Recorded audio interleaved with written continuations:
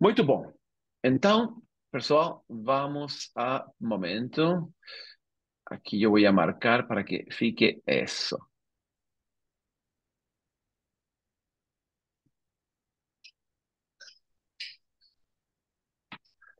Isso. Presentação. E aqui ampliamos um pouco a minha imagem. Aqui. Pronto. Então, hoje temos nossa segunda aula. Sejam todos bem-vindos à nossa segunda aula. Na- Lembrando um pouquinho do que falamos a semana passada, falávamos da historicidade de Jesus, falávamos um pouco da mensagem de Jesus, não? De que Jesus tinha falado, tínhamos demonstrado que não era a divindade dele não foi uma invenção posterior. Seguramente vocês nunca se questionaron esas cosas, mas estos tópicos que yo estoy desenvolviendo son grandes discusiones teológicas a lo largo de la historia e inclusive ainda hoje na igreja moderna, na Alemanha, na Europa, sobretudo, tem grandes questionamentos. É muito triste, não? A historicidade de Jesus está em dúvida, a presença de Jesus na Eucaristia, enfim, a autoridade do Papa, tudo é questionado hoje com diversos argumentos, lógico, argumentos muito mais elaborados, mais profundos, mais finos, não? Mas, ao final, é a mesma coisa. Então, eu vou colocar isto em silêncio para que não esté aí brincando. Então, por eso que me parecía importante pasar un poco por cima de todos esos argumentos, ¿no? Vamos Agora vamos ver as provas que Jesus dá de sua divindade. Este tema também é muito importante. Hum, Jesus, muitas pessoas afirmaram ser Deus, não? Não sei se vocês lembram, nos anos 70 mais ou menos, apareceu este tal Manson, ele afirmava ser Deus. E aí ele teve muitos seguidores, mas depois acabou sendo racista, matou uns negros, acabou na prisão, le dieron prisão perpétua depois, e aí todo mundo que acreditava, que ele seguia, que ele achava que efectivamente ele era Deus, já o abandonou. E Manson não foi o único testemunho, única pessoa que falou isso. Teve muitos, mas sempre a mesma história. Né? Enquanto caem em descrédito, enquanto morrem, os seguidores le abandonan. En troca, Jesús fue justo lo contrario, decíamos la semana pasada. Precisamente a raíz de su muerte, cuando la iglesia explode, cuando la iglesia comienza un crecimiento vertiginoso a través de la historia, y ella, a pesar de ser tan, digamos, vulnerable en cierto sentido, no tiene ejército, no tiene una grande política, no tiene una grande estructura y organización, ela vai vencer a prova do tempo através dos séculos até os dias de hoje e vai destruir, por dizer assim, ou roer ou erosionar os maiores impérios precisamente pela força da verdade e pela força dos valores que estão encerrados nela. A igreja vai passar por muitas provações muito grandes, a igreja vai ter grandes pecadores, inclusive papas, ¿no? Papas que tuvieron filhos, que tuvieron amantes, meu Deus, que fizeram de tudo. Mas é impressionante como a igreja tem também a força, desde seu próprio interior, a força, digamos, do evangelho de renovar-se. A igreja sempre se renova. Vou colocar um exemplo por todos conocidos. El ejemplo de la Edad Media, sobre todo la baja Edad Media, al principio, cuando estaba los papas eran señores feudales, reyes, con mucha riqueza.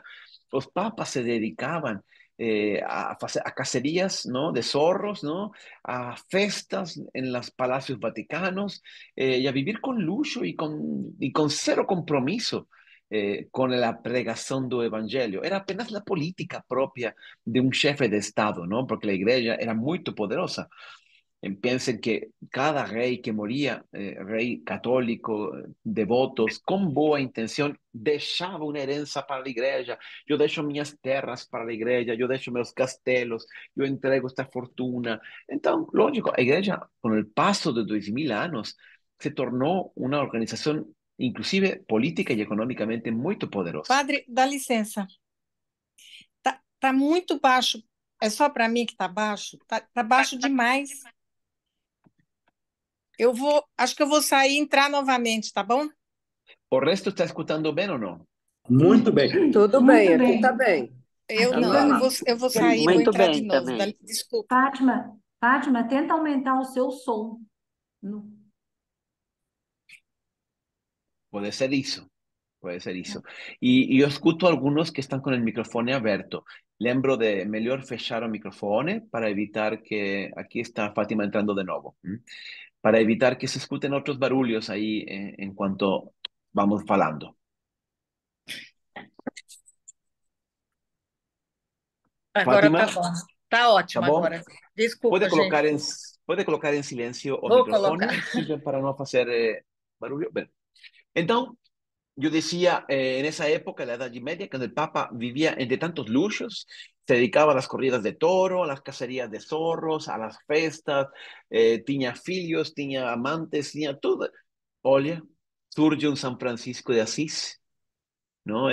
Ahí en Asís, caminando con sus fratres pobres, llega a San João Laterano, a la iglesia que entonces era la principal iglesia, la sede del Vaticano, no era en el Vaticano, era en San João Laterano, que es una otra grande basílica de Roma, que fue una herencia, por cierto, del emperador Constantino, del Imperio Romano para la iglesia. Él llega y ahí, en esa pobreza, él entra en ese lujo grandísimo de la basílica e fala ao Papa como meu Senhor, o meu Deus na terra. Assim chamava Francisco ao Papa. Você é meu Deus na terra. O Papa, eu acho que deve ter ficado comovido. Desde o interior da igreja, por obra do Espírito Santo, vem sempre essa renovação. A igreja não vai acabar. Os impérios vão acabar. As grandes, Google, Apple, eu sei lá, todas essas grandes empresas, não? Van a acabar, os grandes milionários vão passar, os países vão deixar de existir. O Brasil não existiu sempre, nem existirá para sempre, mas a igreja sim. A igreja perdurará para sempre. E se não perdura neste mundo, porque o mundo acaba, ainda a igreja perdurará, a igreja triunfante lá no reino dos céus. Então, esta é realmente o grande mistério. Como é que um Jesus que afirmou coisas incríveis, precisamente depois da morte, é capaz de criar uma organização, uma instituição aqui no mundo que perdura a través de todos os séculos e a través de todas as provações? Para comenzar, yo gustaría simplemente pasar de un jeito breve cuál fue esa mensaje que Jesús dejó. Jesús teve, vocês saben, murió con 33 años aproximadamente y él le dedicó apenas 3 años para la pregación de su mensaje. Y él, ¿qué decía en esos tres años? Él nos pasó primero un nuevo concepto de Deus. En segundo lugar, un nuevo conceito do homem. Y en tercer lugar, una nueva regla de vida. Ese yo podría decir, ese es el grande resumo de toda la pregación de Cristo. Primero, un nuevo conceito de Deus. Yo ya falei un poquinho disto en la aula pasada, menciono rápido. Deus para los griegos era, sobre todo para los filósofos griegos, era o algo inalcanzable, algo incomprensible, algo que estaba en la origen de todo el universo, mas que no era posible de conocer. O uno de los diálogos más famosos de Platón, en él dice, o propio Platón dice así, en conclusión, no tengo lembro las palabras exactas, até pode ter trazido ese texto, pero ele dice así, en conclusión, olha, nós não podemos saber como Deus é, a não ser que o próprio Deus se revele a gente. Increíble que Platón, un pagán que no conoce el judaísmo, que no conoce el cristianismo, porque él vivió muchos años antes de la encarnación, antes de Cristo, él de algún jeito es un profeta racional, ¿no? Un pagán, mas él diciendo, olha, aquí la única posibilidad es que Dios se nos revele. Y eso fue lo que aconteció. Luego, para los judeos también, Deus era el innominable, aquel que você no podía pronunciar seu nome. Según el concepto judaico da tradição, você não podia enxergar, ver a Deus e ao mesmo tempo seguir vivendo. Isso não era possível, porque Deus era tão santo, tão grande, tão perfeito, que se alguém via Deus, moria instantaneamente. Pois bem, imagina que esse Deus afirmará ter-se encarnado. Um homem de carne e osso afirmará ser Deus, não? Jesus fala, mas o interessante em tudo isto é que este Deus inalcançável dos gregos, este Deus absolutamente poderoso e atemorizador dos judeus, ele não é el Deus que Jesus prega, não é um Deus diferente desse. Jesus chama a Deus o Deus de Abraão, de Isaac e de Jacó. Ou seja, que é uma expressão que é muito usada no Antigo Testamento. Então, estamos falando do mesmo Deus. Jesus afirma com plena consciência de que o Deus Pai que ele venera, adora e ama é o mesmo que se revelou aos judeus, que se revelou a Abraão, que se revelou a Isaac, que se revelou a Jacó, que guiou, levou também a Moisés, etc. Então, é o mesmo Deus. Mas, ao mesmo tempo que Jesus revela que é o mesmo, que há uma continuidade entre o Antigo Testamento, ou seja, uma continuidade entre el Deus del Antiguo Testamento y el que él está revelando, o sea, el del Nuevo Testamento, Jesús trata ese Deus y lo revela de un jeito completamente disruptivo, completamente diferente. Él le llama Deus de Pai. Isso não é totalmente uma novidade. A imagem do Pai aplicada a Deus já existia no Antigo Testamento. Porém, ele chama Pai em um sentido muito próprio. Quando en el Antiguo Testamento, na Torá, ou na tradição judaica, chama a Deus de Pai, eles são conscientes de que estão usando uma imagem humana, mas que Deus é além de tudo isso. Ele é Jeová.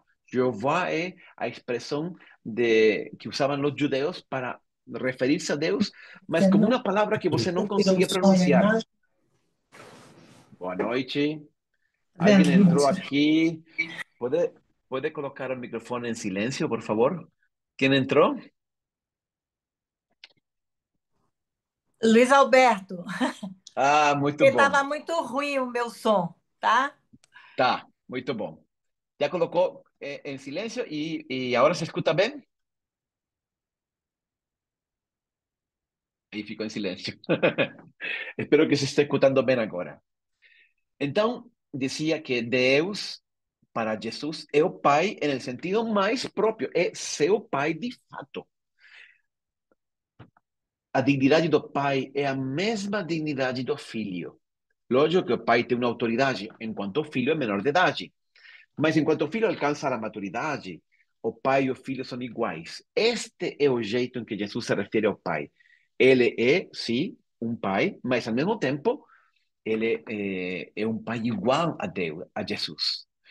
Aí, por exemplo, ele coloca aquela parábola da misericórdia do filho pródigo, não sei se lembra, não? E mostra um pai que eu digo que mais parece uma mãe, não? Que acolhe o filho, que abraça, que faz uma festa por ele. Ele fala, Jesus fala de Deus Pai de uma maneira muito, muito próxima, como alguém que realmente o conhece. Em um dos textos mais famosos da Bíblia, talvez, a passagem mais conhecida de todo o Evangelho, de todos os Evangelhos, é esta aqui que está escrita, João 3,16.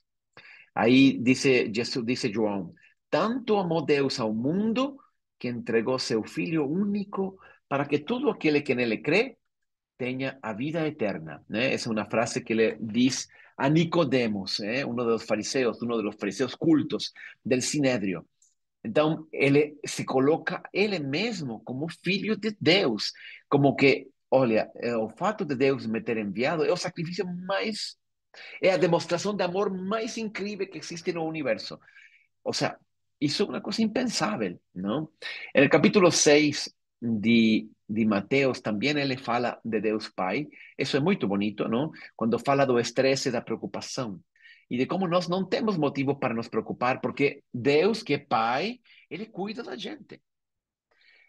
Coisas que antigamente, no Antigo Testamento, na tradição judaica, não eram pensáveis. Deus era Pai, mas não desse jeito.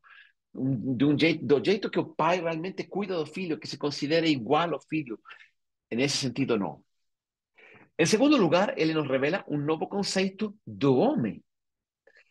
O Papa João Paulo II repetia muito essa frase. É Cristo, dizia ele, é Cristo que revela a verdadeira dignidade, a verdadeira natureza do homem para o próprio homem. Ou seja, nós descobrimos o que o homem seja e a que esteja chamado contemplando a imagem humana de Jesus.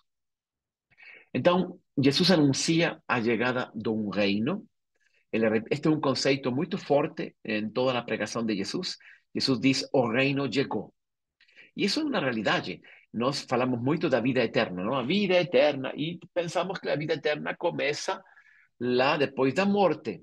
Mas não, a vida eterna começa aqui e agora. É a presença do Espírito Santo dentro de nós. O Espírito que ressuscitou Jesus Cristo, diz São Paulo na carta aos Romanos, esse Espírito que ressuscitou Jesus mora dentro de nós. E por isso nós, quando morramos, seremos também ressuscitados. A vida eterna está já iniciando agora em nosso coração. Se eu estou perto de Deus, eu experimento isso. Então, este reino del que Jesus fala, que já está entrando no mundo, porque entra a través dos corações dos homens que acreditam em Jesus e que recebem o batismo, não? E que nós chamamos hoje a graça, não? Não é um reino delimitado por fronteiras físicas. Ela se instaura no coração pela aceitação livre de cada homem e pela fé. Jesus dizia a Pilato, não? Meu reino não é deste mundo. Ou seja, não é feito de militares, de riquezas materiais, de fronteiras. Ele cresce interiormente pela ação de Deus ou do Espírito Santo. É uma vocação divina para viver a vida eterna, não? Diz Jesus en una de sus parábolas, la parábola del rey que julgaba, ¿no? O mundo entero, está en el capítulo 25 de Mateos, ¿no? Dice, vinde benditos de mi Pai, porque tive fome me diste de comer, porque tive sede me diste de beber, recebei o reino que foi preparado desde a criação do mundo. Assim fala Jesus, refiriéndose a los que fueron escolhidos y que aceitaron Jesús, ¿no? Después Jesús nos revela que nós somos, por tanto, seres transcendentes. En tiempo de Jesús, por ejemplo, existía una grande discusión sobre la vida eterna, sobre la vida após a muerte, ¿no? Los saduceos acreditaban que no existía vida após a muerte. Los fariseos, en troca, eles acreditaban sí. Mas Jesus vem e nos diz, sim, claro que sim, a verdadeira vida de vocês não é esta, é a que vem depois. Enfim, então, ele nos revela a grandeza do ser humano e sua vocação para a vida eterna, para a transcendência. E depois, em terceiro lugar, ele nos revela uma nova regra de vida. Antigamente tinha os 10 mandamentos que Deus revelou a Moisés. Depois vem as leis, não? Que os próprios judeus foram escrevendo a partir de esos 10 mandamentos. Llegaron a ter 623 normas.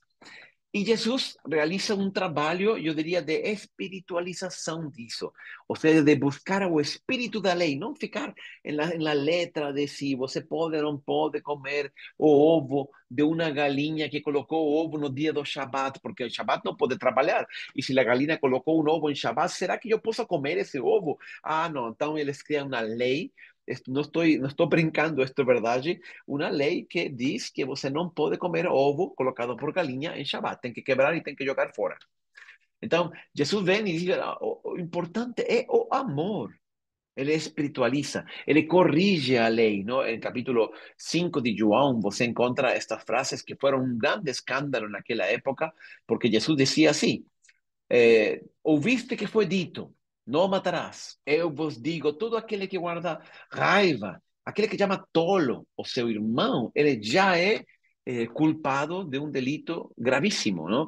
Até escutaste que foi dito, não cometerás adultério. Eu vos digo em troca, aquele que olha uma mulher desejando-la em seu coração, já cometeu adultério com ela. Ela está corrigindo a lei, mas mais que corrigindo, eu diria, ela está buscando que as pessoas vejam o verdadeiro espírito de tudo isso, que é o amor, viver pela regra do amor. Al final, Jesus nos deixará um único mandamento, que é o mandamento do amor. E depois, ele ensina tudo isso, um novo conceito de Deus, um novo conceito do homem, nos ensina o reino, não, que vem, e depois ele morre na cruz, coisa que também foi anunciada, e ressuscita. A ressurreição é muito importante, precisamente porque a ressurreição é a que nos confirma que todo o que Jesus falou era verdade. Por isso que a ressurreição muda tudo. Esta frase que eu coloquei aqui, a fé cristã é a ressurreição de Cristo, é uma frase de Santo Agostinho. Santo Agostinho dizia isto: a fé cristã é uma só coisa, a ressurreição de Cristo. Cristo ressuscitou, então acreditamos em tudo o que Jesus falou e isso tem um impacto enorme, transcendente em nossa vida. Se Cristo não ressuscitou, então en la encarnación del verbo de Deus, não é a encarnação, é um bebê que nasceu, um bebê a mais. A pregação de Jesus pode até ser muito bonita, mas não passa de poesia. A morte de Jesus não é uma morte redentora, é mais um condenado à morte em uma cruz entre as milhares, centos de milhares de cruzes que levantaram os judeus. A ressurreição é o que muda tudo. Senão, os milagres de Jesus não são milagres, as palavras não têm maior transcendência que a que cada um queira darle porque ache bonitas ou não ache bonitas. Em troca, se Jesus ressuscitou, ele é Deus. E se ele é Deus, então, Deus que criou o universo e que sabe, e que é o nosso origem e também nosso fim, ele veio e nos revelou nosso verdadeiro destino. Agora, cada palavra, cada gesto, cada coisa que Jesus fez ou diz, é de uma importância infinita para nós. Por isso é tão importante a ressurreição de Cristo. Jesus afirmou, sem dúvida, que ele era Deus, não? Também eu mencionei um pouco a aula passada, eu estou no Pai e o Pai está em mim. Frases de Jesus, claramente afirmando ser igual a Deus. Antes que Abraão fosse, eu sou, não? Falando sobre Abraão, porque ele diz que sabe mais que Abraão, e então, como é que você vai saber mais se Abraão é o nosso patriarca, não? Você nem tinha nascido quando Abraão era o patriarca de Israel. E Jesus responde, antes que Abraão existisse, eu sou, não? Antes que fosse. Eu e o Pai somos um, não? Y aquí la otra, yo esto ya falei semana pasada, ¿no? Y aquí la otra profesión solemne diante de Caifás y do Sinédrio, ¿no? Estas slides yo acho que trouxe de la otra presentación. Vamos a pular un poco esto aquí. Entonces, fique claro, en este slide, fique claro que Jesús afirmó ser Deus.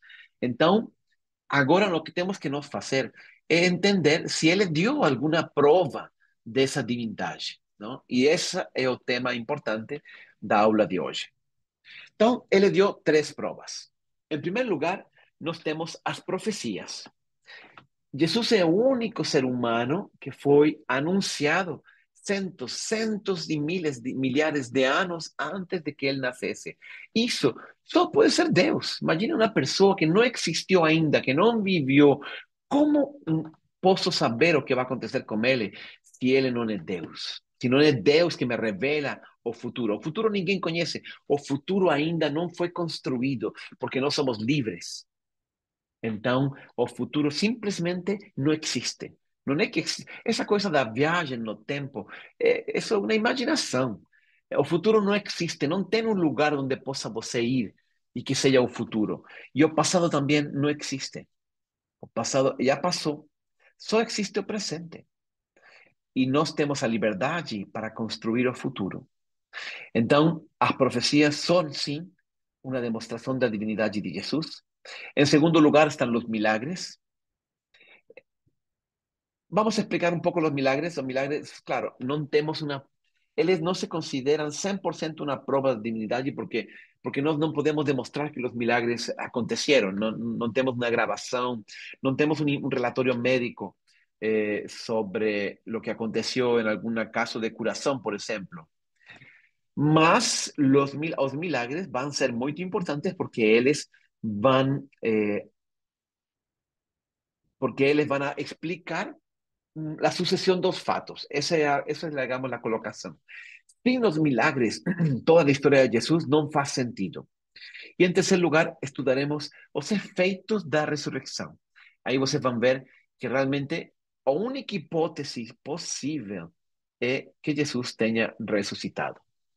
Entonces, comencemos primero con las profecías. Jesús, eu digo que é o esperado durante séculos. Tudo na vida de Cristo foi anunciado. O lugar y a data de nacimiento. Eso fue anunciado por Jesús, ¿no? En el libro de Miqueas. Lembran que los reyes magos llegan a Jerusalén y ellos piensan así, estoy buscando un rey que nació. Entonces, ¿dónde les van? Van al palacio de Herodes y preguntan, ¿dónde está el rey que acaba de nacer? Y Herodes, ¿o qué faz? Él llama a los sacerdotes y pregunta para ellos, oye, las profecías falan algo sobre dónde debería nacer o Mesías. Y los sacerdotes, oh sorpresa, ellos sabían. Ah, sí, aquí en Belén. En Belén fica a 11 kilómetros de Jerusalén, está muy perto. Eles sabían y ellos no fueron. Los reyes magos vieron de muy longe. Y los sacerdotes que sabían, porque esto estaba en las escrituras, ellos no fueron. Mas olha que estaba anunciado. O nacimiento virginal también está anunciado, ahí está, en el libro de Isaías, capítulo 7, o tipo de Mesías que Jesús sería, porque había muchos conceitos en la época de Jesús. Se esperaba que o Mesías sería un Mesías militar, un Mesías político, un Mesías que iría realmente a liderar al pueblo de Israel para libertarlo de la opresión romana. Mas esa era una idea popular promovida por causa de la opresión de Roma sobre Israel. Mas si las personas, si los judeos tuviesen leído las escrituras, ellos saberían que o Mesías no era un Mesías político. De facto, existía en Israel un pequeño, digamos, cantidad de judeos que esperaban un Mesías espiritual, ¿no? Entre ellos estaba José, María, Zacarías, todos los personajes do Evangelio. En el fondo son judeos que esperaban un Mesías espiritual. Ellos sí estaban conscientes, digamos, de lo que la escritura profetizaba acerca de Mesías. Inclusive había algunas otras interpretaciones de las escrituras. Vamos a visitar, nos hizo, que yo falei, ¿no? Es esenios. Los esenios eran una secta judaica que moraba en los desiertos. Lembran que yo falei semana pasada de unas ánforas muy grandes con papiros descubiertos del século primero? Ahí yo coloqué una foto de una de esas covas donde ellos escondieron las ánforas. Pues ven, esos esenios cuya cidade, não é uma cidade, é um mosteiro, digamos, vamos visitar. Eles esperavam um Messias espiritual também, só que eles tinham um conceito de que a chegada do Messias também seria um Messias apocalíptico, ou seja, a chegada do Messias coincidiria com o fim do mundo. Hoje, por exemplo, os teólogos ainda discutem se a segunda vinda de Cristo coincide ou não com o fim do mundo. A tendência mais aceita dentro da igreja é que efectivamente a segunda vinda de Cristo não é a mesma coisa que o fim do mundo. São dois eventos historicamente diferentes. Mas en fin, son cosas oscuras porque hay que interpretar las escrituras, ¿no? Entonces, o tipo de Mesías, un Mesías manso, un Mesías que curaría, un Mesías espiritual. A rejeição e a incompreensão. Aí tem um famoso texto, capítulo 53 de Isaías, onde você vê claramente a profecia sobre como Jesus sofreria a mãos do seu próprio povo. Os milagres de Jesus estão anunciados também. A traição e até o preço que seria pago por Jesus. As 30 moedas de prata. Se você lê o Evangelho de Mateus, Mateus cita isso, não? E então, combinaram, não? Judas, mais ou menos estas palavras, diz Mateus, não? Combinaram Judas e os fariseus o preço de 30 moedas de prata. E acrescenta Mateus, assim se cumpriu a escritura que diz, tasaron, no me lembro las palabras exactas, mas tasaron, ¿no? O valor y combinaron 30 moedas de plata. Entonces, olha como eso estaba anunciado también en el Antiguo Testamento. A entrada de Jesús en Jerusalén também estava anunciada, a crucificação foi anunciada, e o seu triunfo e coroação. Tudo isso estava no Antigo Testamento. Olha, algunos ejemplos aquí, ¿no? Esta imagen que coloqué aquí, por cierto, ay, perdón, esa imagen es una imagen de la Capela Sixtina. Lembra la Capela Sixtina, capela de a eleição dos papas no Vaticano?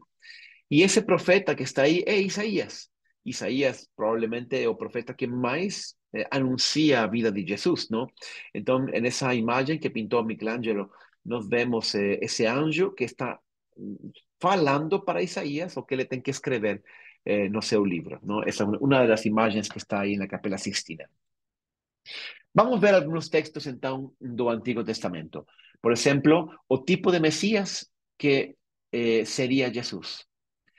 Dice Isaías, pensen que Isaías escribe esto 700 años antes de Cristo. Estamos hablando de mucho tiempo antes de Cristo. Eis o meu servo a quien sustenho, o meu eleito, en quien tenho toda a alegria. Tenho nele o meu espírito e ele fará justiça às nações. Não usará de gritos, não clamará ou levantará a voz pelas ruas. Não quebrará o caniço rachado, não apagará o pavio que esfumaça. Em verdade, fidelidade implementará a justiça. Aí há um erro no texto. Não se quebrará diante da fraqueza, não se deixará abater até que estabeleça a justiça na terra. Bom, a gente vê este texto é citado, de fato, por São Pedro em uma pregação, não? Essa parte que diz, não quebrará o caniço rachado e não apagará o pavio que esfumaça, não? Os textos proféticos nunca são totalmente claros, ¿no? Eu sou ciente disso, inclusive as profecias que Jesus fará sobre o futuro, sobre o fim do mundo, também não são claras. Mas ele sempre faz desse jeito para que quem queira acreditar e quem busque, quem tem um coração aberto, seja iluminado pelo Espírito Santo e seja guiado pelas profecias. Quem não quer acreditar, aí também tem motivos para não acreditar. Deus sempre faz isso. Ele sempre dá suficiente luz para quem quer acreditar e suficiente escuridão para quem não quer acreditar. Por quê? Porque a fé tem que ser um acto livre. Deus não quer nos obrigar a acreditar em Ele. Você tem que acreditar porque você quer. Inclusive, agora al final da aula você vai ver, nós vamos chegar à conclusão de que sim, tem muitas provas de que Jesus ressuscitou, mas al final, o último passo é um passo de fé. Não existe uma demonstração em sentido estricto e científico da palavra. Outro texto de Isaías, sobre os milagres, por exemplo. Sede fortes, dice Isaías, não temais, eis que o vosso Deus vem para vingar-vos, trazendo a recompensa divina. Ele vem para salvar-vos. Ele vem para nos salvar. Então se abrirão os olhos dos cegos e os ouvidos dos surdos se desobstruirão. Então o coxo saltará como servo e a língua do mudo cantará louvores de gratidão e felicidade. Este texto de Isaías, aquí duas coisas muito interessantes. É citado por Jesus em duas partes do Evangelho. Em primeiro lugar, este é o texto que Jesus leu quando quando iba a começar a sua vida pública, va para Nazaré. En Nazaré, ele entra na sinagoga e aí ele lê, le passa como ele é novo e ele já é adulto, le passa no rolo de las escrituras e falam los judeus de Nazaré, por favor, seja você tenha a honra de nos dirigir a palavra. E le passam um rolo de Isaías. E ele lê justamente este texto. E quando Jesus termina, ele fala deste jeito. Estas escrituras se cumprem agora. ¿No? E aí todo mundo fica muito escandalizado com essa palavra de Jesus, não? E a outra citação que Jesus faz deste texto é quando João Batista está na cadeia, está na prisão, e ele está passando por uma crise, não? Será que eu errei? Agora, imagina, coitado, está esperando ser decapitado, e ele passa por um momento de dúvida, e manda seus discípulos a perguntar a Jesus. Jesus, você é o Messias que devia vir, ou devemos esperar a outro? Porque João Batista tinha batizado Jesus, tinha anunciado e indicado ele como o Cordeiro de Deus que tira o pecado do mundo. Ou seja, eu te apresentei ao mundo inteiro como como Mesías, mas agora eu estou na prisão e eu vejo que você não está criando um exército para libertar-se de los romanos, está tudo muito tranquilo, é você mesmo, né? Também João Batista tinha um pouco uma visão meio que apocalíptica da vinda do Messias, não? Mas aí Jesus responde citando este texto de Isaías. Ele diz assim, voltai a João Batista e dizei para ele o que estão vendo. Están viendo que los coxos caminan, que los cegos abren los olhos, ¿no? Y entonces vean cómo se cumplen las escrituras. De los apóstolos levan esa mensaje, olha, lémbrate de la escritura de Isaías, e isso que Jesus está haciendo, está curando os cegos, está curando los coxos, está devolviendo la vida, en fin, tudo isso. Então, en eso João entendió. Eu acho que ele deve ter tido muita paz depois disso, de que sim, efectivamente, Jesus era o Messias. Só que não era do estilo que ele pensava, né? Mas isso estava aí. Também seria anunciada, eu falei, a rejeição de Jesus por parte de seu povo.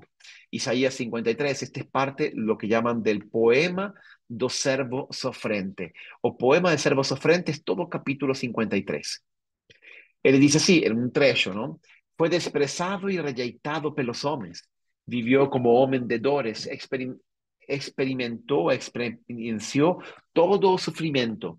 Caminhou como alguém de quem os seus semelhantes escondem o rostro. Foi menosprezado e nós não demos a sua pessoa importância alguma, não? Ou seja, foi morto como um condenado. A traição e o preso não é apenas um simples inimigo que me insulta.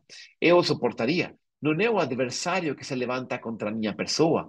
Eu me defenderia. Mas és tu, meu companheiro, meu confidente e amigo mais chegado, não? Um dos próximos de Jesus seria que trairia. Em Zacarias temos, e pesaram por meu salário 30 piezas de prata, não? Ah, eu coloquei esse texto em espanhol, perdão, não está traduzido.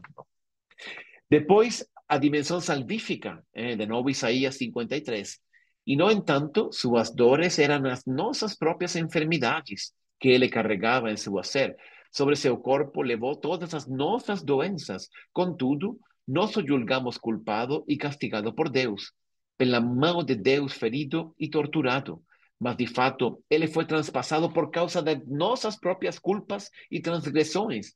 Foi esmagado por conta de nossas iniquidades. O castigo que nos propició, a paz cayó todo sobre él y mediante sus feridas fomos curados. Este texto va a ser muy importante porque los cristianos de boa fe van a entender a través de este texto que la muerte de Cristo en la cruz no era un escándalo, no era solo más sorte, al contrario, estaba anunciado y ese sacrificio era necesario para él nos perdoar y libertar, ¿no? Y abrir las puertas del cielo. Depois temos a crucificação, também foi anunciada por los profetas. Eis que eles olharão para a minha pessoa, aquele a quem eles mesmos traspassaram, e prantearão e se lamentarão por ele como quem chora a perda de um filho único, e verterão lágrimas de enorme amargura por ele como quem chora a morte do primogênito. Outra profecia, né? Esse profeta aqui é Zacarias, é precisamente este que está aqui, Zacarias também pintado por Michelangelo, ¿no? En la Capela Sistina. Os detalhes da paixão, olha os detalhes da paixão, traído e vendido por 30 moedas, flagelado e cuspido no rostro, Isaías 50, traspasado de mãos a llaga também do lado, e de pés e a llaga do lado, eso está no Salmo 22, que le darán vinagre como bebida, Salmo 69, que zombarán dele, Salmo 22, esse Salmo 22 descreve muitos detalhes da paixão. Distribuem as vestes e jogam sorte sobre a túnica. Salmo 22. O seu corpo não estará sujeito à corrupção. Salmo 15. Terán um sepulcro glorioso, ¿no? Iluminado pela ressurreição. Salmo 53. Sentará à direita de Deus. Salmo 109. Perdão, é Isaías 53, não? Em total, nós temos mais de 109 profecias sobre Jesus no Antigo Testamento. Aqui eu trouxe apenas algumas, não? Mas não só o Antigo Testamento fala de Jesus, centos de anos antes de Jesus. Jesus também profetizou e as profecias de Jesus se cumpren.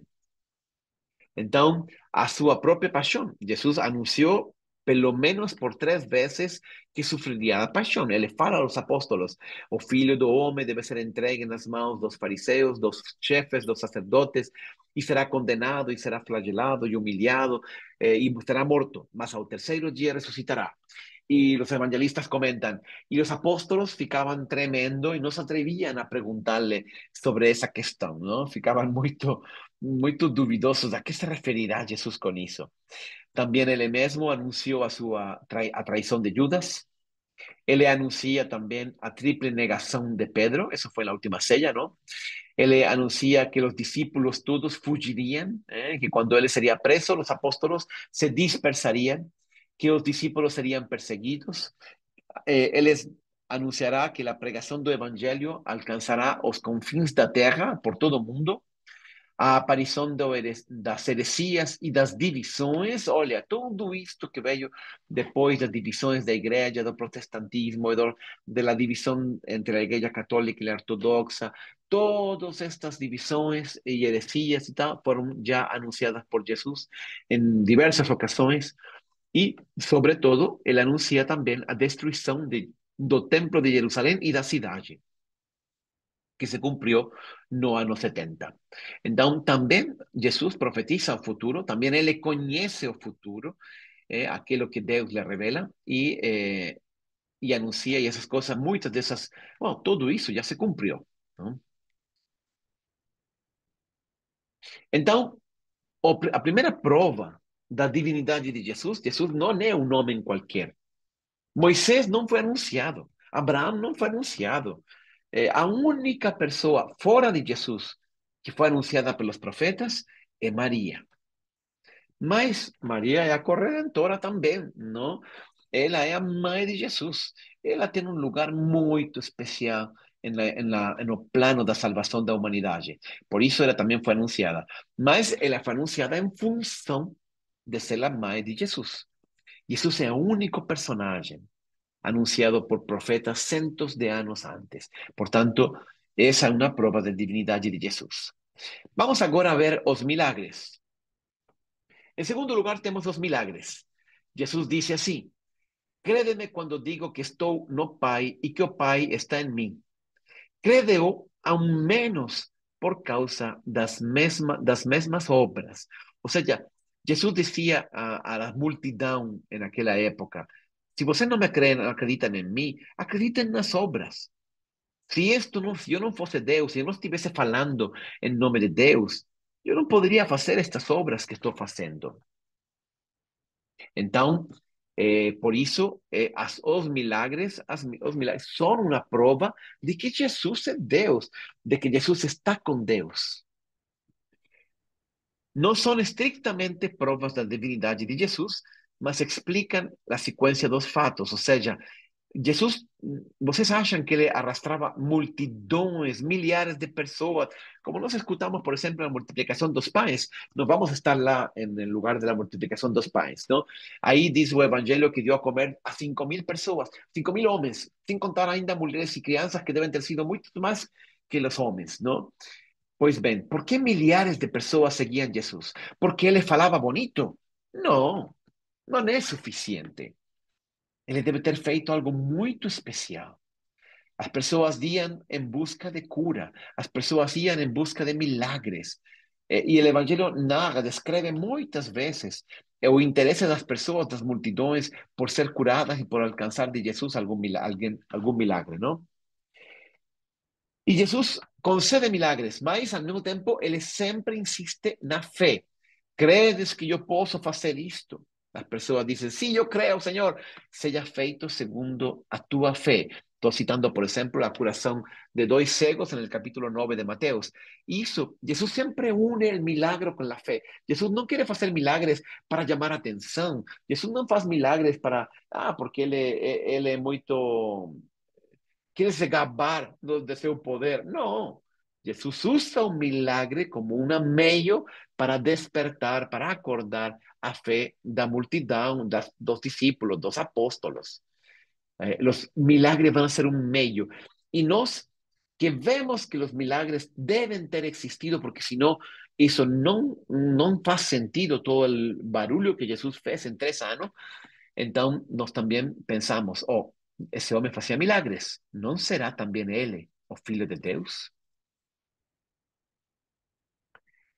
As obras, diz Jesus, por exemplo, no capítulo 5 de João, as obras que o Pai me confiou para que eu as realizasse, essas que eu faço, testemunham a meu respeito de que o Pai me enviou. Ele sempre fala do Pai como de outra pessoa, porque é o mistério da Santíssima Trindade. Mas já falamos a início, não? Ou alguns textos onde ele diz que é igual ao Pai. Então, o mistério da Trindade, por um lado, são 3 pessoas diferentes, ele e o Pai, primeramente, depois, al final da vida, prácticamente na última ceia, e durante a ressurreição, ele fala de uma terceira pessoa que é o Espírito Santo. Mas aí sempre se trata como se fossem separados. Porém, em outras partes, ele fala que ele e o Pai são um só, que ele e o Espírito Santo são um só. Então, aí está o mistério da Trindade. 3, mas ao mesmo tempo um. También cuando se encuentra con Nicodemos, lembra de este jefe do Sinédrio, uno de los importantes, que va a encontrarse con Jesús de noche. Ahí colocamos una imagen que representa esa cena do Evangelio, que está en el capítulo 3 de João. Y es el fariseo, Nicodemos, un discípulo segredo de Jesús. Este ayudará, junto con José de Arimatea, a pedir el cuerpo de Jesús después de la muerte y a enterrarlo. Ele disse assim: Rabi, sabemos que és mestre, vindo de parte de Deus, porque ninguém pode fazer estes sinais que tu fazes se Deus não estiver com ele. Ou seja, Nicodemos está falando o que é óbvio. Se Jesus fazia milagres, isso não é gratuito. Ele não é um homem qualquer.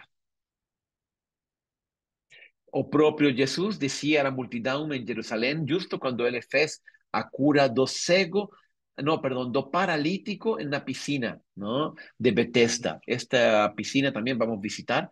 Ahí está ese paralítico. Jesús cura esa parálisis. Ellos acreditaban que cuando el agua se agitaba, vos entraba en la piscina y podía ser curado por Dios, ¿no? Por un ángel.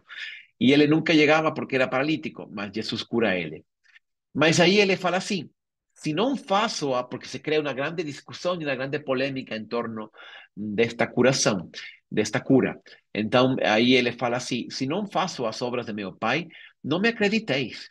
Mas se faço e não me credes, crede nas obras, para que possais saber e compreender que o Pai está em mim e eu estou no Pai.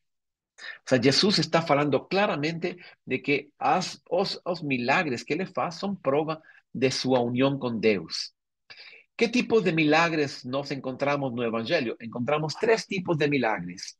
Sobre natureza, ¿no? Por ejemplo, acalma la tempestade con una sola palabra o multiplica los panes, ¿no? Sobre doenças, cegos, leprosos, paralíticos, en fin, posuídos, todo tipo de personas son curadas por Jesús.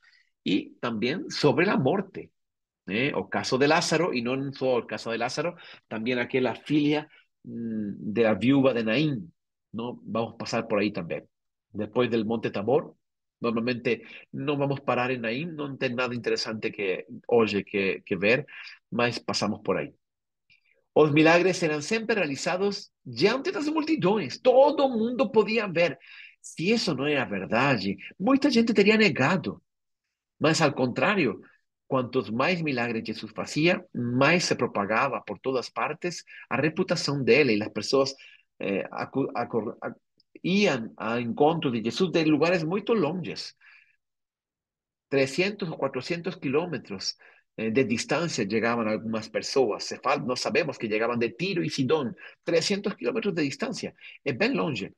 Mas él hacía esa caminada. ¿Por qué? ¿Porque Jesús falaba bonito? No, porque le hacía milagres. Y ninguém negó los fatos. Inclusive temos testemunhos dos milagres que são pagãos. Então, isso é muito interessante. Esse esse caso da partilha é porque alguns não acreditam na multiplicação do pão e dizem que foi apenas que Jesus partilhou seu pão e então muita gente, seguindo o generoso exemplo de Jesus, partilhou também o que tinha e al final sobrou um monte de pão. Não, não. Não basta para que essas multidões sigam a Jesus com tanto fervor.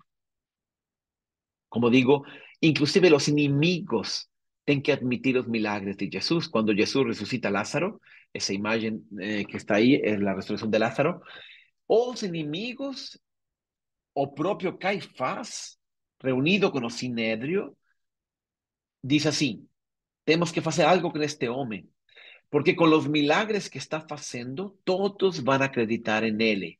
Y si él levantar o povo contra Roma, Roma virá y destruirá nuestro lugar santo. Esa es la argumentación de Caifás. Por eso es preciso matar a Jesús. Vocês não entenderam. Fala Caifás, não? Mais vale que morra um homem por todo povo que todo povo. Ou seja, não é que ele sabe que Jesus faz milagres. Ele não está negando isso. O problema é a autoridade e a ascendência tão grande que Jesus tem sobre o povo y faz con que él sea una persona extremadamente perigosa, porque si él levanta o povo contra Roma, Roma va a vivir con sus legiões y va a matar a todo mundo. Entonces, nos fariseos, nos judeus chefes do povo, temos o dever de preservar nosso povo desta maluquice llamada Jesús de Nazaret, ¿no? Más ainda, fueron una causa de muerte, ¿no? Como digo, aquí está, Aqui coloquei o texto de Caifás. O que poderemos fazer? Pois esse homem realiza muitos sinais. Se o deixarmos seguir livre, todos acreditarão nele e então virão os romanos e tomarão tanto o nosso lugar santo como a nossa nação. Não? Isso está no capítulo 11 de João. Portanto, os milagres de Jesus também foram uma prova de Jesus. Não dá para negar que Jesus não fazia milagres. Não? Aí está a tempestade acalmada por Jesus. Si no hubiese existido milagres, el fenómeno Jesús no tenía una explicación, ¿no? Esa es una hipótesis necesaria y como digo, muchos testigos, testemunhas, perdón, demais sobre los milagres de Jesús. Me falta el tercer argumento y el más importante de todos, que es la resurrección de Cristo. Jesús anuncia repetidamente a su muerte y resurrección a sus discípulos. Y un poco más veladamente a toda la multitud, mas a los discípulos se las anunció absolutamente claro, pelo menos en tres ocasiones que nos narra los evangelistas, especialmente João. A resurrección no se prueba directamente, porque no tenemos una cámara de vigilancia dentro do sepulcro de Jesus, seria muito bom, mas não temos, não? Não temos uma prova de ADN para ver se Jesus, el que antes de morrer e el depois que ressuscitou, a ver se é a mesma pessoa. A gente não tem uma prova científica, mas nós podemos sim demonstrar a ressurreição de um jeito indireto. Como é isso? Pelos fatos históricos. Pensa por um momento na situação psicológica dos discípulos de Jesús. Jesús fue traído, fue entregue, fue muerto. ¿Cómo estaban los discípulos después de esto? Era la frustración y la decepción total. No tem como.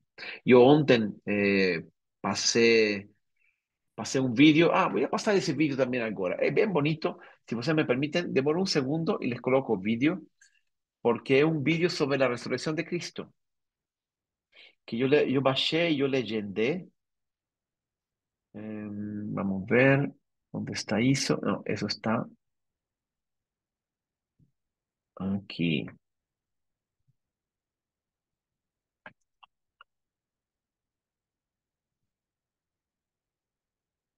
Vídeo da resurrección.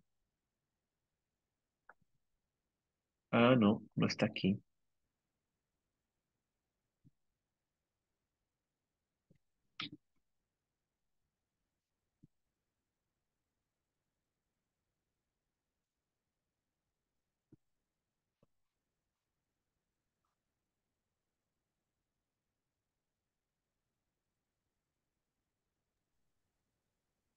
Ai, se me perdió. ¿Dónde estará esse vídeo?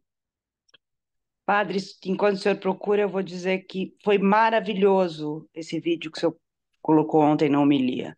Eu adorei. É bonito, não? É um filme que não sei, não é muito conhecido, mas eu gostei dessa imagem de Jesus e essa prova de Tomé tão realística, não? Achei maravilhoso. Isto está bem devagar. Ressurreição, legendado. Aqui está. Então, vamos lá. Voy a colocar o vídeo, ¿ok?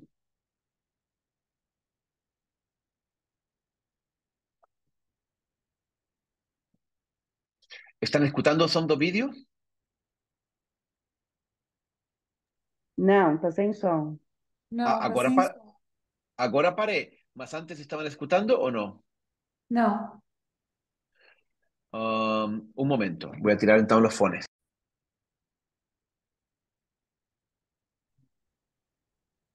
Agora sim. Sim, agora sim. Rick open. He's alive. I saw him. That's not possible. I saw him. Mary, maybe it was someone else. I think I'm mad. Peter, Peter, don't be yourself.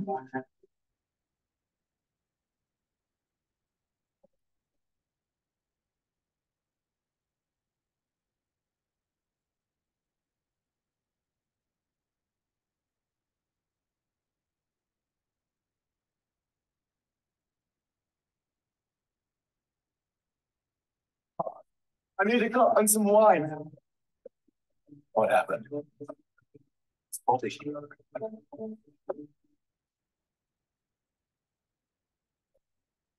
Blood.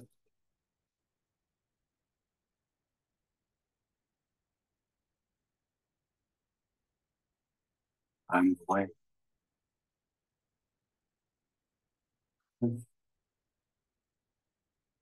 Why?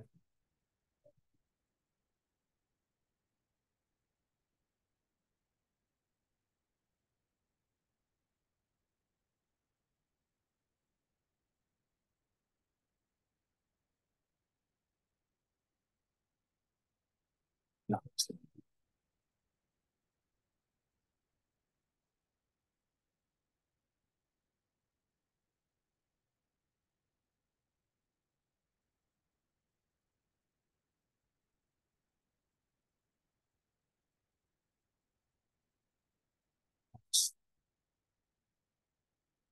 Stop doubting.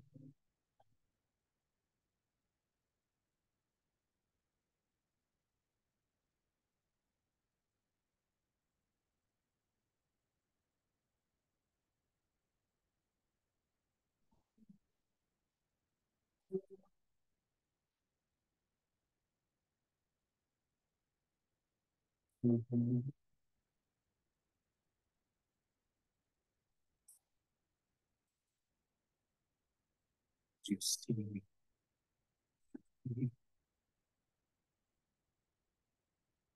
Blessed are those who have not seen me.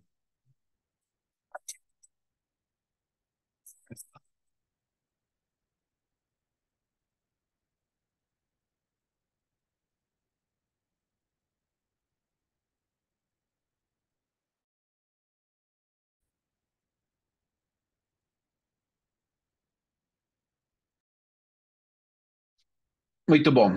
Então, agora, voltamos à nossa apresentação. Então, imagina, vocês me estão escutando, não? Sim. Imagina a decepção dos discípulos. Eles eram homens, homens de pescadores, eles eram homens, estavam acostumados à vida dura. Não eram pessoas que acreditavam facilmente em qualquer coisa, em qualquer fábula, em qualquer lenda. Não, homens pé no chão. E esses estavam profundamente decepcionados. Pensan assim, Jesus murió, o sea, él era líder, hacía milagres, a multidão le seguía. E os chefes dos sacerdotes mataram ele. E agora, o que vamos fazer nós? Nós tínhamos tantas esperanças em Ele. Agora, como vamos a continuar a missão dele? Não dá. Se mataram ele, nos matam a nós com muita maior facilidade. Eles dizem no Evangelho que eles estavam encerrados por medo dos judeus. Claro que estavam encerrados. Imagina, mataram Jesus. O seguinte somos nós. Ele tem uma grande vergonha de ter falhado a Jesus, de tê-lo abandonado. Só João esteve ao pé da cruz. E Maria. O resto fugiu, tal como Jesus tinha anunciado. Os discípulos de Emaús están indo embora. El próximo domingo vamos a leer este texto de Lucas sobre los discípulos de Emaús. Ahí eles dicen así, los discípulos de Emaús, cuando describen a Jesús todo lo que aconteció, eles dicen, es verdad que algunas mujeres de los grupos fueron al túmulo y encontraron el túmulo vacío. Algunos dos nosos fueron lá y encontraron todo como las mujeres falaron, mas a ele não viram. As mulheres falaram que tinham visto visões de anjos, mas os nossos companheiros não viram Jesus. Então, eles estão pensando, eles sabiam que Jesus tinha anunciado a ressurreição, eles são discípulos de Jesus. Aquele domingo o túmulo estava inexplicavelmente vazio, e estes que estão fazendo estão indo para Emaús, estão saindo da cidade. Por quê? Porque estavam com medo. Agora que desapareceu o corpo de Jesus, agora sim que vão vir atrás da gente. Então, quando os romanos chegam a essa conclusão de que e pensem que nós roubamos o corpo, mais vale que nós estemos muito longe de Jerusalém. Essa é a mentalidade dos discípulos de Emaús. E essa é a mentalidade normal de qualquer um. Não salvou ele mesmo e vai nos salvar agora. Não salvou ele mesmo quando estava em perigo de ser condenado e sofrer na cruz. E agora ele morto vai fazer algo por nós. Os discípulos, mesmo vendo Jesus, terão dificuldades para acreditar. Não, aí está esse corto, esse vídeo que vimos, esse trecho de vídeo que vimos aí de Tomé. Eles não acreditam. Não é, o vídeo não é rigorosamente evangélico, histórico, mas essa história de Tomé nós conhecemos, não? Limos precisamente este domingo ontem. Isso foi antes da ressurreição. Medo, insegurança, frustração, vergonha. Agora sabem que este Mel Gibson, o produtor e ator de Hollywood, ele está pensando lançar está gravando, de fato, gravando um novo filme, continuação da Paixão. Esse novo filme da Paixão vai ser sobre a ressurreição. E segundo se tem filtrado sobre esse filme, ele trata prácticamente las 40 horas desde a morte de Cristo até a ressurreição, as primeiras aparições. Ele quer explorar especialmente o estado de ânimo e psicológico dos discípulos antes da ressurreição. E eu acho muito inteligente a opção, porque a gente precisa entender como realmente eles estavam. Não dava para que disso surgisse uma igreja, não dava para que disso surgisse uma divinização de Jesus. É ao contrário, eles estavam apavorados, eles estavam mortos de medo, eles estavam absolutamente decepcionados. Isso era antes da ressurreição, mas algo aconteceu aquela manhã do domingo de Páscoa, e os apóstolos mudaram completamente de personalidade, mudaram completamente seu estado de ânimo. Que encontramos depois da ressurreição? Encontramos uns apóstolos incontroláveis, indo pelo mundo inteiro, pregando sem medo diante de fariseus, diante de governadores, indo pelo mundo inteiro a pregar a Jesus que ressuscitou. Uma convicção tão profunda que eles estarão dispostos a morrer por Cristo. Eles vão mostrar uma coragem, uma bravura incompreensível. Como é que alguém que estava tão frustrado um momento antes, depois, de pronto, ele se convierte no maior defensor, como se não fosse ele? Tanto foi assim que todos eles, os apóstolos, os mais próximos de Jesus, e também muitos outros, vão ser mártires. Mas os apóstolos que viram Jesus ressuscitado, eles todos vão morrer. Imagina, por afirmação de que Jesus estava vivo. de que Jesús era Deus y que él estaba vivo. A gente cuando está a morrer se cuestiona si no será que me estoy enganando o si estoy mintiendo, que eso es una mentira. Entonces, solo ten tres posibilidades. O los apóstolos mentiran, inventaron una grande farsa, ¿no? Y ahí ficaron encerrados por medio de los judeos y de pronto se pusieron de acuerdo y vamos a construir una mentira. Vamos a ir fora y falar a todo mundo de que Jesús resucitó. Y você, João, va y roba el cuerpo, ¿no? Puede ser una mentira, una posibilidad. Esa fue la que los judeos, lo que los judeos tentaron promover, ¿no? La segunda posibilidad es que ellos no mentieron, mas alucinaran. Ellos tiene una dor tan profunda, que esa misma dor geró, y ese mismo deseo geró a sensación, a impresión de que estaban viendo aquel que tanto desejaban. Mas fue una alucinación, no fue verdad. Esa fuerza del deseo crió una imagen que a él les pareció tan real que afirmaron que Jesús estaba resucitado. Esa es una segunda posibilidad. O a tercera, eles viram de fato. Eles viram de fato. Então, primeiro, mentiram. Será que os apóstolos mentiram? Bom, em primeiro lugar, a mentira seria colossal. Seria colossal. Foi demais inventar uma coisa dessas. Meu Deus, até hoje o corpo nunca foi encontrado. Ninguém negou isso. Nenhum dos apóstolos, eles todos vão morrer por causa disso, como já falei. Não? A mentira teria sido de uma eficácia nunca vista. Quando você viu uma mentira ser tão eficaz? A mentira, depois que a pessoa morre, sai tudo à luz. Sempre se desvanece com o tempo. Mas aqui estamos falando de algo que criou uma instituição e que fez que milhares e milhares de homens em todos os séculos da história seguissem Jesus e acreditassem nele. Que mentira pode fazer uma coisa dessas? Ninguém dos 12 apóstolos, de los 70, de los 500 discípulos que vieron Jesús resucitado, ninguém negó. Al contrario, todos afirmaron hasta el final de su vida, unos por muerte natural, otros por martirio, que Jesús efectivamente tenía resucitado. ¿Quién inventó a mentira? Si fuese una mentira, quien inventó a mentira sería mayor que todos los hombres y escritores de la historia. Imagina inventar toda esa pregación de Jesús y todas esas parábolas, toda esa teología que está por trás da mensagem de Jesus. Até hoje, se seguem escrevendo livros sobre a profundidade quase inesgotável da mensagem de Jesus. Isso inventaram uns pescadores de Galileia, sem formação nenhuma.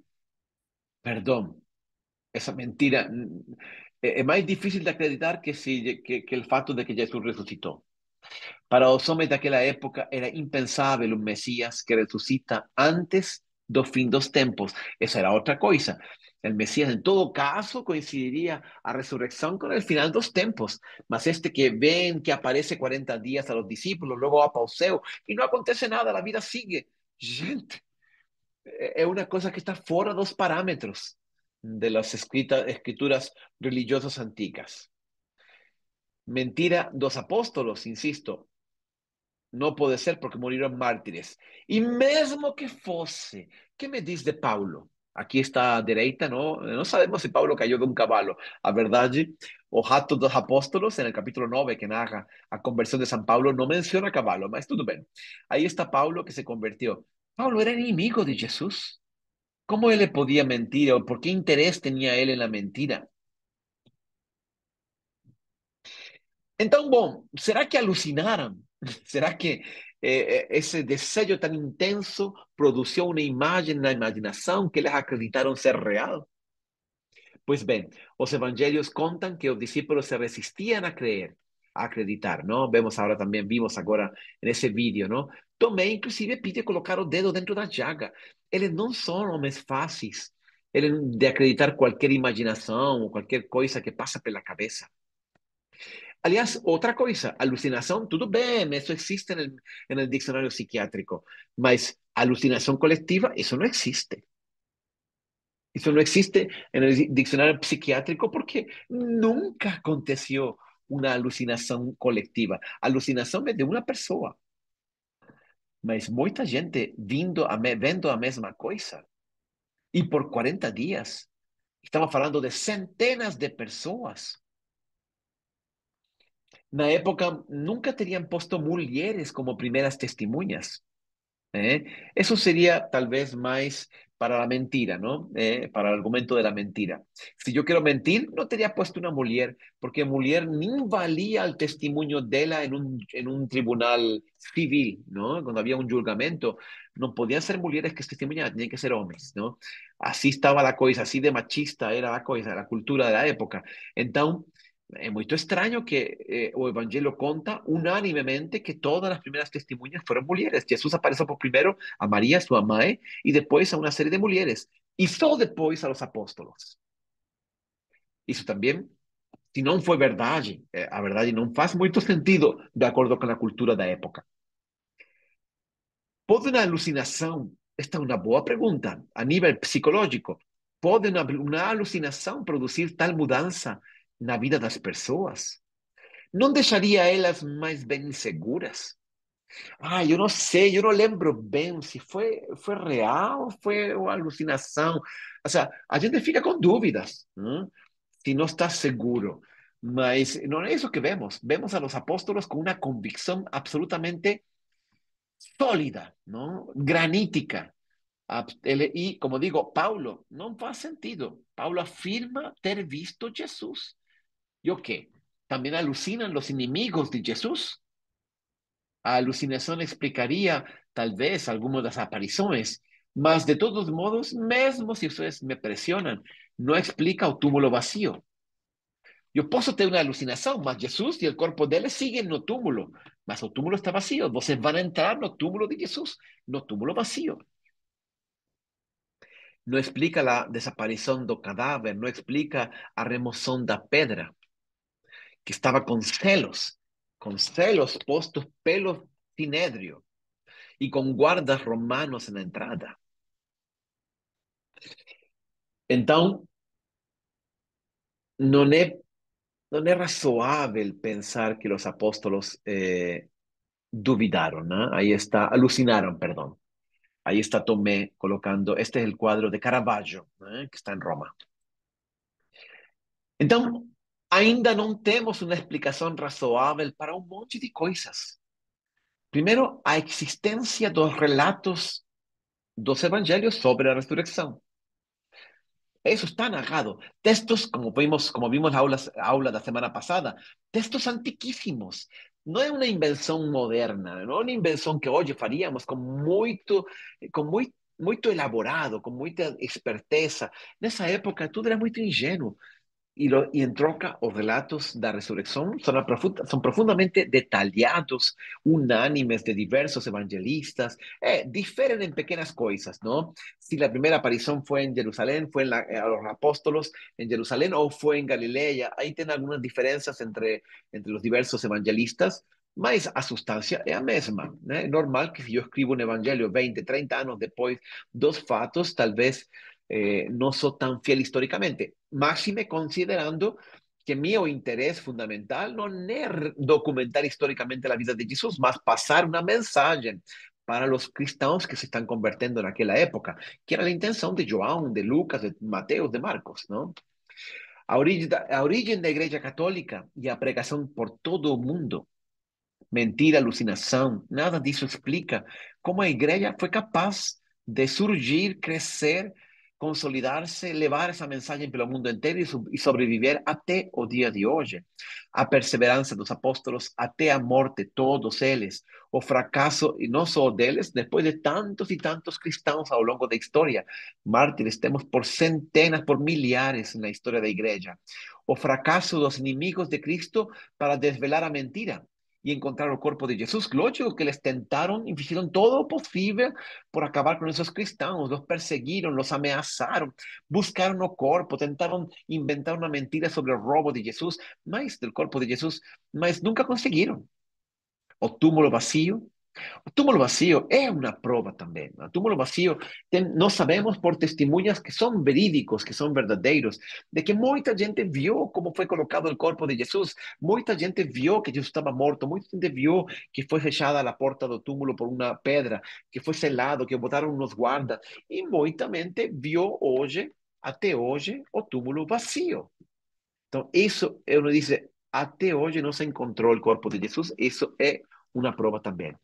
A ressurreição de Cristo parece a hipótese mais simples. Essa é a questão. É tão complicado explicar todos estes fatos sem a ressurreição, que al final é mais fácil acreditar na ressurreição, na verdade. Mas é o que nós podemos fazer. Provar a ressurreição de Cristo apenas indiretamente por meio de isso, de las pruebas indirectas da ressurreição. O último passo é a fé.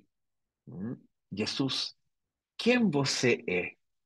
Olhar para ele e pensar, realmente é Deus. É um ser humano, igual que eu, de carne e osso, mas é Deus, não? E este Deus, que ao mesmo tempo é plenamente Deus e é plenamente humano, está lá no céu, vive ainda hoje.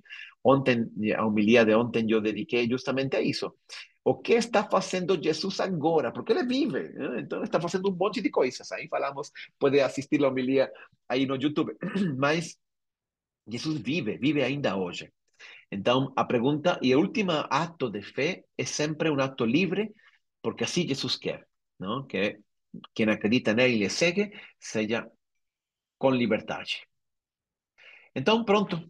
Essa é nossa reflexão de hoje. Abro agora, então, para comentários, dúvidas, qualquer coisa sobre o que falamos. Essas são as provas que a igreja hoje usa ainda para falar da ressurreição de Cristo. E nós acreditamos, al final acreditamos por fé. Tem um detalhe interessante. Se você me permitem, vou compartilhar a tela mais uma vez e aí você vai ver uma coisa muito interessante. Vou buscar na internet a Basílica de San Pedro. Este, ay, perdón, es que Cátedra de San Pedro no Vaticano. Esto aquí, olha, onde se ve bem. Talvez a melhor seja esta aqui. Sim.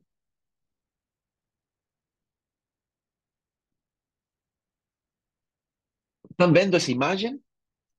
Isto está no fundo da Basílica de San Pedro. Esta imagem que vocês estão vendo aqui. Al fondo, aqui em cima está a famosa Glória de Bernini, né? E embaixo vocês veem uma cadeira e quatro pessoas que estão segurando as patas dessa cadeira. É a parte do fundo da Basílica de San Pedro no Vaticano. Quem são estes personagens? Aí está San Atanasio, San Ireneo, aqui está San Agostinho e me falta um.